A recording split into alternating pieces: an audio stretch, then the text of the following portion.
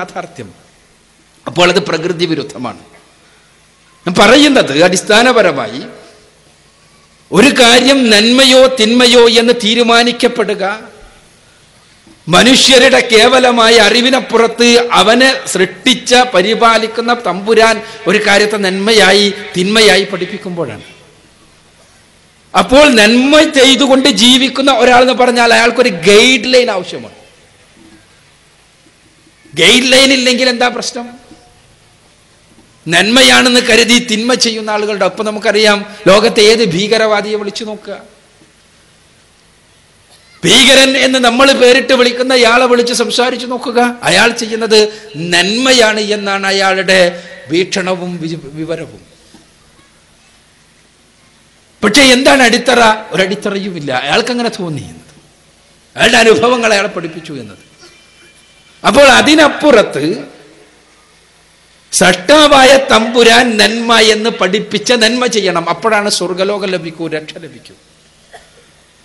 സൃഷ്ടാവായ തമ്പുരാൻ നന്മ എന്ന് പഠിപ്പിച്ചത് എങ്ങനെ നമുക്ക് മനസ്സിലാകും?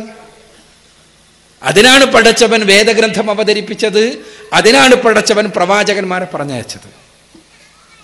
ഏത് കാലഘട്ടത്തിൽ ജീവിച്ച മനുഷ്യരാണെങ്കിലും പ്രവാചകന്മാർ പഠിപ്പിച്ചതനുസരിച്ച് പ്രവാചകന്മാരിലൂടെ അവതരിപ്പിക്കപ്പെട്ട വേദഗ്രന്ഥം അനുസരിച്ച് ജീവിച്ചാൽ അവർക്ക് സ്വർഗപ്രവേശനം ലഭിക്കും. ഇന്നും അങ്ങനെ തന്നെ. ഇന്ന് അന്തിമ പ്രവാചകനിലൂടെ അവതരിപ്പിക്കപ്പെട്ട പരിശുദ്ധ ഖുർആൻ അത് മാത്രമേ മനുഷ്യരുടെ കൈകടത്തലുകളിൽ നിന്ന് മുക്തമായി പടച്ചവന്റെ പക്കൽ നിന്നുള്ളതാണ് എന്ന് 100% ഉറപ്പ് പറയാൻ കഴിയുന്ന വേദഗ്രന്ഥമായി നിലനിൽക്കുന്നുള്ളൂ. അന്തിമ പ്രവാചകനായ മുഹമ്മദ് റസൂലുള്ളാഹി സ്വല്ലല്ലാഹു അലൈഹി വസല്ലമയുടെ ജീവിതം മാത്രമേ കൃത്യമായി കളങ്കരഹിതമായി രേഖപ്പെടുത്തപ്പെട്ടതായി ഇന്ന് ഉപലബ്ധമായിട്ടുള്ളൂ, ലഭ്യമായിട്ടുള്ളൂ. അങ്ങനെയാകുമ്പോൾ ഇന്നത്തെ അവസ്ഥയിൽ നന്മ തിന്മകളെ മനസ്സിലാക്കുവാൻ, ദിവ്യപ്രോക്തമായ നന്മ തിന്മകളെ മനസ്സിലാക്കുവാൻ നമ്മുടെ മുമ്പിൽ ഒരേ ഒരു മാർഗമേയുള്ളൂ. അത് സൃഷ്ടാവിൽ നിന്നുള്ളതാണ് എന്നുറപ്പുള്ള കളങ്കരഹിതമായ ഏത് അമ്ല പരീക്ഷയെയും ഏത് ആസിഡ് ടെസ്റ്റിനെയും ഏത് പരിശോധനയെയും വെല്ലാൻ കഴിയുന്ന വേദഗ്രന്ഥമായ പരിശുദ്ധ ഖുർആനും അതിൻ്റെ പ്രായോഗിക ജീവിത മാതൃകയായ രേഖപ്പെടുത്തപ്പെട്ട കളങ്കരഹിതമായ ജീവിതത്തിൻ്റെ മുദ്രീകരണമായ തിരുസുന്നത്തും എന്താണോ നന്മ എന്ന് പഠിപ്പിക്കുന്നത് അതനുസരിച്ച് ജീവിക്കുക, എന്താണോ തിന്മ എന്ന് പഠിപ്പിക്കുന്നത് അതിൽ നിന്ന് അകന്നു നിൽക്കുക. ഇത് മാത്രമേ മാർഗമുള്ളൂ. അപ്പോൾ ഇന്ന് ഒരാളെ സംബന്ധിച്ചിടത്തോളം രക്ഷയിലെത്തണമെങ്കിൽ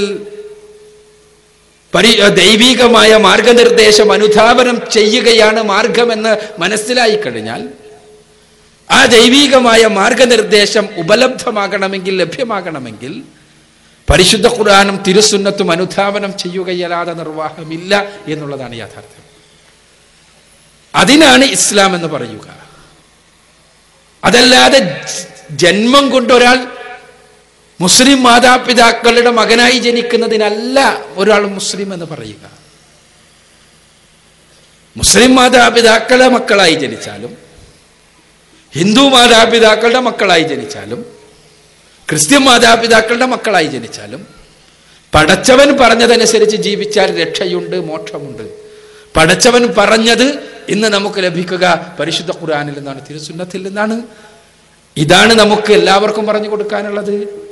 ആ നന്മയെക്കുറിച്ചുള്ള നമ്മുടെ കാഴ്ചപ്പാടിന്റെ പരിമിതിയാണ് നമ്മൾ പലരും നന്മ ചെയ്യുന്നുണ്ടല്ലോ എന്ന് നമ്മൾക്ക് തോന്നുവാനുള്ള കാരണം.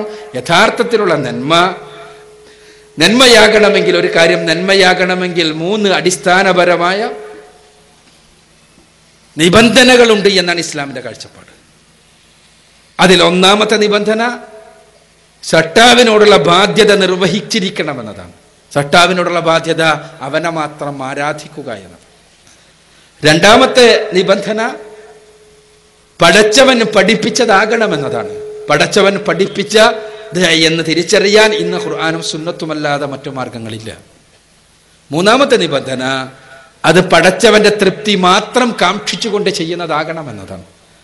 പടച്ചവന്റെ തൃപ്തി മാത്രം കാക്ഷിച്ചുകൊണ്ട് ചെയ്യുന്ന ഒരു കർമ്മം മാത്രമേ നന്മയാകൂ ഇസ്ലാമിന്റെ കാഴ്ചപ്പാടിൽ. ഒരേ കാര്യം ചിലപ്പോൾ നന്മയാകാം, തിന്മയാകാം. ഒരു പാവപ്പെട്ടവനെ ഞാൻ സഹായിക്കുന്നു, ഞാനൊരു ഔദാര്യവാൻ എന്നറിയാൻ, അത് തിന്മയാണ്.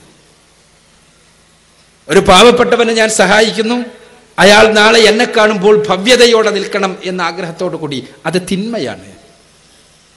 പാവപ്പെട്ടവനെ ഞാൻ സഹായിക്കുന്നു, എന്നെ അറിയാവുന്ന എൻ്റെ സൃഷ്ടാവ് അവന്റെ തൃപ്തി മാത്രം ആഗ്രഹിച്ചുകൊണ്ട്, അത് നന്മയാണ് ഇസ്ലാമിന്റെ കാഴ്ചപ്പാട്. ഒരേ തുകയാണ് 3 പേരും കൊടുക്കുന്നത്, പക്ഷേ ഒരാൾ ചെയ്യുന്നത് നന്മയും മറ്റു 2 പേർ ചെയ്യുന്നത് തിന്മയുമാണ് ഇസ്ലാമിന്റെ കാഴ്ചപ്പാടിൽ. അതാണ്. അപ്പോൾ നന്മ ചെയ്താൽ സ്വർഗത്തിൽ പോകും. നന്മ എന്നാൽ പടച്ചവന്റെ നിയമനിർദ്ദേശം അനുസരിച്ചുള്ള ജീവിതമാണ്. ആ നിയമനിർദ്ദേശങ്ങൾ മനസ്സിലാക്കുവാൻ പരിശുദ്ധ ഖുർആനും തിരുസുന്നത്തും മാത്രമാണ് ഇന്ന് മാർഗം. ഇതാണ് മറ്റുള്ളവർക്കും പറഞ്ഞു കൊടുക്കേണ്ടത്. അസ്സലാമു അലൈക്കും. എൻ്റെ പേര് മുഹമ്മദ് അലി ബുസ്താനി. എൻ്റെ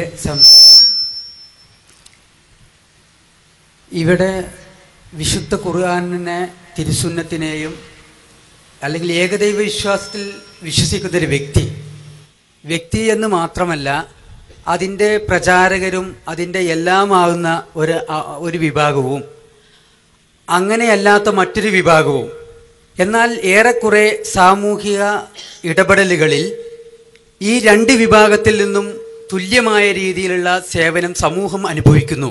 ഇത് എന്തുകൊണ്ട് സംഭവിക്കുന്നു എന്നുള്ളതാണ് എൻ്റെ ചോദ്യം.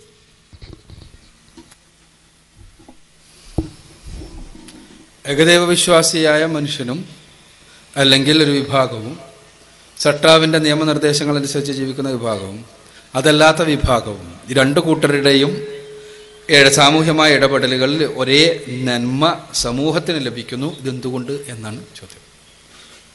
ഇത് സ്വാഭാവികമാണ്.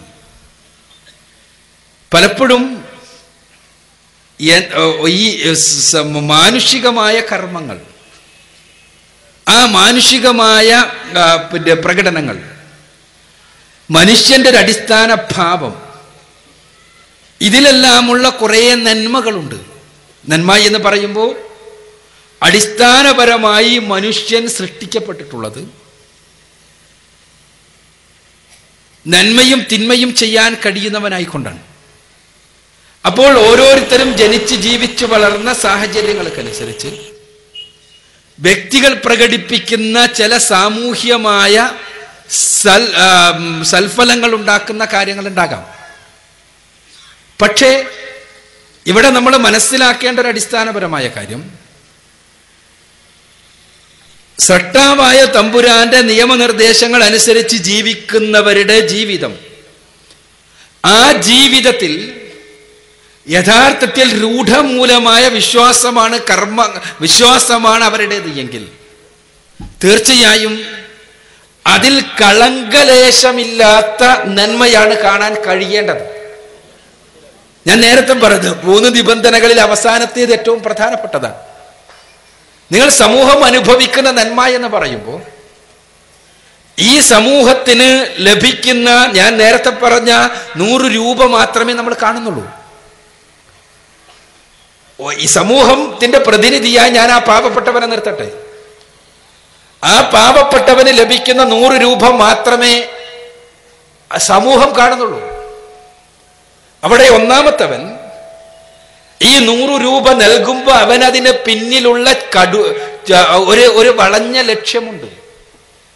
അത് സമൂഹം എന്നെ ആ രൂപത്തിൽ അറിയണം എന്നതാണ്. അത് സ്വാർത്ഥതയാണ്. ആ സ്വാർത്ഥതയുടെ ദുഷ്ഫലങ്ങൾ നേർക്കുനേരെയല്ലെങ്കിലും സമൂഹം അനുഭവിക്കും. പക്ഷേ നേർക്കുനേരെ സമൂഹം കാണുന്നത് ഈ 100 രൂപ കൊടുക്കുക എന്ന പ്രവർത്തനം മാത്രമാണ്. അതുകൊണ്ട് തന്നെ ചോദ്യകർത്താവ് സൂചിപ്പിച്ചതുപോലെ ഈ 100 രൂപ കൊടുക്കുക എന്ന കർമ്മം മാത്രം നോക്കുന്ന ഒരാളെ സംബന്ധിച്ചിടത്തോളം അയാൾ കാണുക 3 പേരും ചെയ്ത കാര്യം ഒരേ രൂപത്തിലാണ്. രണ്ടാമത്തെ ആളെ സംബന്ധിച്ചിടത്തോളം അയാളുടെയും ലക്ഷ്യം ഈ പാവപ്പെട്ടവൻ, ഈ പ്രയാസപ്പെടുന്നവൻ, അവന്റെ ഭവ്യതയാണ്, അവൻ എന്നെ കാണുമ്പോൾ സ്വീകരിക്കേണ്ട അയാളുടെ മാനസികമായ ശാരീരികമായ നിലപാടുകളാണ്. അത് ചിലപ്പോൾ വർദ്ധിച്ചു വന്ന് ചൂഷണത്തിലേക്ക് എത്താം. ഏതായിരുന്നാലും അതും യഥാർത്ഥത്തിൽ ശരിയല്ലാത്ത ഒരു മാർഗമാണ്. പക്ഷെ അയാളും ചെയ്യുന്നത് 100 രൂപ കൊടുക്കുക എന്ന പ്രവർത്തനമാണ്. അതുകൊണ്ട് തന്നെ സമൂഹം കാണുക ഈ 100 രൂപ കൊടുക്കുക എന്ന പ്രവർത്തനം മാത്രമേ ഉള്ളൂ. മൂന്നാമത്തെ അയാളെ സംബന്ധിച്ചിടത്തോളം അയാളുടെ ഈ 100 രൂപ കൊടുക്കുക എന്ന പ്രവർത്തനത്തിൽ യാതൊരുവിധ ഭൗതികമായ ലക്ഷ്യങ്ങളുമില്ല, യാതൊരു ലക്ഷ്യമില്ല. അയാൾ ചെയ്യുന്നത്, അയാളുടെ ആഗ്രഹം, അയാളെ സൃഷ്ടിച്ച് പരിപാലിക്കുന്ന തമ്പുരാൻ അവന്റെ തൃപ്തി മാത്രമാണ്. അവനിത് കാണണമെന്നത് മാത്രമാണ്. അതല്ലാതെ പരസ്യപ്പെടുത്തലുകൾ അയാളുടെ ലക്ഷ്യമല്ല. അതേപോലെ തന്നെ മറ്റേയാളുടെ ഭവ്യത അയാളുടെ ലക്ഷ്യമല്ല. അയാളുടെ പ്രശസ്തിയോ ഔന്നത്യമോ അയാളുടെ ലക്ഷ്യമല്ല. യഥാർത്ഥത്തിൽ സമൂഹത്തിന് ആത്യന്തികമായി നന്മയായി തീരുക ഈ 100 രൂപ മൂന്നാമത്തെ പ്രവർത്തനം മാത്രമാണ്. സമൂഹത്തിനല്ല, ഈ കൊടുക്കപ്പെടുന്ന വ്യക്തിക്ക് പോലും. മറ്റേത് രണ്ടും നേർക്ക് നേരെ നമുക്ക് തോന്നുക രണ്ടും ഒന്ന് തന്നെയാണ് മൂന്നും ഒന്ന് തന്നെയാണ് എന്നാണെങ്കിലും മറ്റേത് രണ്ടും ദുഷ്ടമായ ഫലങ്ങൾ ഉണ്ടാക്കുവാൻ പര്യാപ്തമായ പ്രവർത്തനങ്ങളാണ്. പൊതുവെ ഇന്ന് സമൂഹത്തിൽ നിലനിൽക്കുന്ന ചോദ്യകർത്താവ് സൂചിപ്പിച്ച സൽക്കർമ്മങ്ങളുണ്ടല്ലോ, അവയുടെ മുഴുവനും പിന്നിൽ ഈ 2 ലക്ഷ്യങ്ങളെ നിങ്ങൾക്ക് കാണാൻ കഴിയും.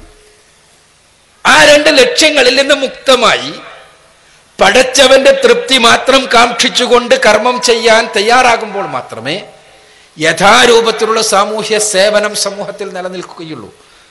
അപ്പോൾ മാത്രമേ ചൂഷണങ്ങളിൽ നിന്ന് സാമൂഹ്യ സേവന സംവിധാനങ്ങൾ മുക്തമാവുകയുള്ളൂ.